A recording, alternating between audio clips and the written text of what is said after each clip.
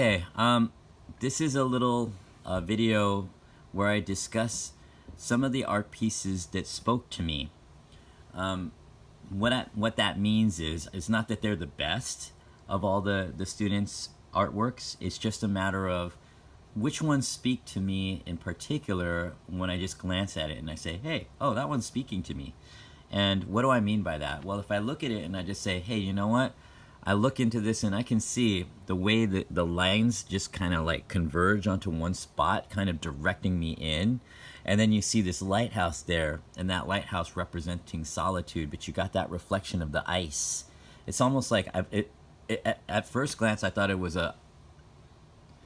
actually thought it was mountains, and now when I look at it, it seems like icebergs. And maybe they are, because it looks like they're floating on water. So in that case, that's kind of like, that took me on a whole nother turn right there.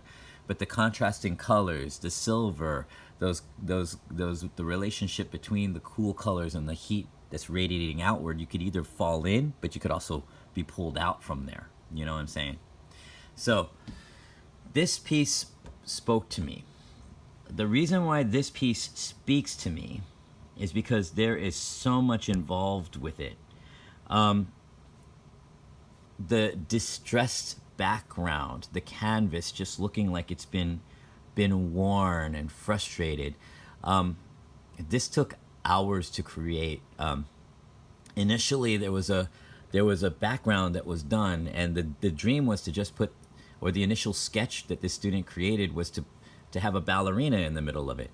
And so I was just like, okay, let's get this ballerina on there. So she had some great backgrounds. I thought they were wonderful backgrounds. But she wasn't happy with it. So she painted over it, tried to rework it, but was struggling with finding satisfaction. So much so that after a couple of hours, she was still just scraping paint and rubbing the paint off. And I said, you know what? The open house is tomorrow. We need to have this done. Why don't we just go back to your original sketch and put that ballerina on there and just use the background that you have right now that you've wiped off several times, and I think that will be a magical piece. So finally she said, okay, I'll do that. And so she painted it on there. She was finally satisfied. And I looked at it and I was like, wow, the process, the journey, the emotions, the frustration that you had to go through to even get this image on there, you'll never be able to replicate that. Because after doing this, after becoming successful with this, and overcoming that struggle, really, you'll be stronger after you finish this piece. And so you won't be the same person. You'll never be able to capture that sense of frustration in the future. So treasure this piece. It's a really strong piece. We take a look at this one, and when I first looked at it, it appealed to me, and I didn't know why, because it just seems so honestly basic. But when my daughter looked at it, she said the same thing. She's like, you know, that one kind of speaks to me too. And we're both just looking at it and we're just like, what's going on? Why does something so basic speak? It's the patterning, it's the lines that kind of draw your eyes, you know, at the same time left to right, but also up and down. And then you've got all these pieces and your eyes just kind of, they move. And I think he really achieved what his caption says here, that the main objective of this painting is to engage one in deep thought, as being inspired by M.C. Escher, of course, and the tessellations that he created. But it just kind of like, I was like, whoa, hold on a second, this is doing stuff to me. And I just had to say that one just kind of spoke to me. This one speaks to me because it's not straightforward. There's a lot of texture going on this piece. It's, you know, the mountains, they're so rough, but you got that rainbow breaking through that dark sky and the contrasts, and you got that lake in the middle that almost seems like an abyss. If you just got into it, you get lost in the middle of it. So that's where that one was capturing me, is that there is so much texture going on.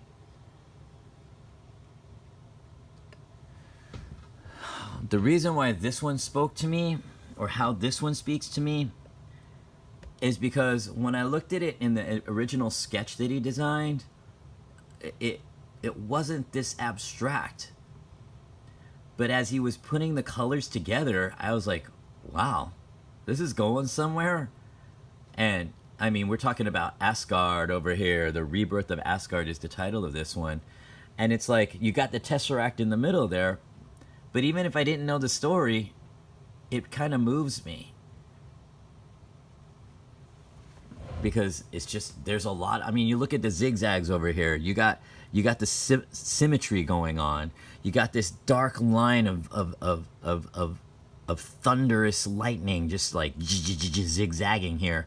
But you got this drizzle of snow that looks like here, and then you got the calming waters, but the fire behind it.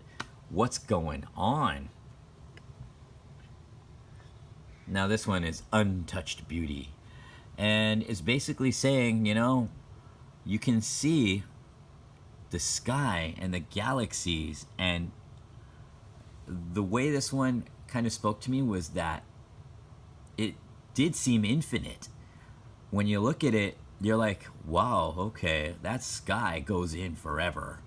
So there's this sense of, well, he definitely used a lot of compositional elements. If you see right here with the framing on the sides, but the way, the style that he chose to do the mountain tops with these just pieces of gray right here, and that clean break between that pure white and that pure black, moving toward, I mean, you could see the separation, you could see the depth, you could see the flow moving your eyes in, and then bringing you to that ice cold at the same time, that infinite beauty of nature. Then we get back to the spaghetti, pasta plains. My daughter, she chose this one as a piece that spoke to her as well. And this one is one that I just had to say, yeah, okay, I got you. Inspired by Salvador Dali. And my favorite part is the macaroni moon. But there's so much contrast here. There's so many curved, calming lines at the same time. It's almost like you're bathing in spaghetti. And I have a lot of good memories of my father's perfect spaghetti sauce. So, yeah, that one spoke to me. This one is To the Other Side, and it has to do, of course, with the traveling across the rainbow to get to the other side. This one was called Equitable. I love that title.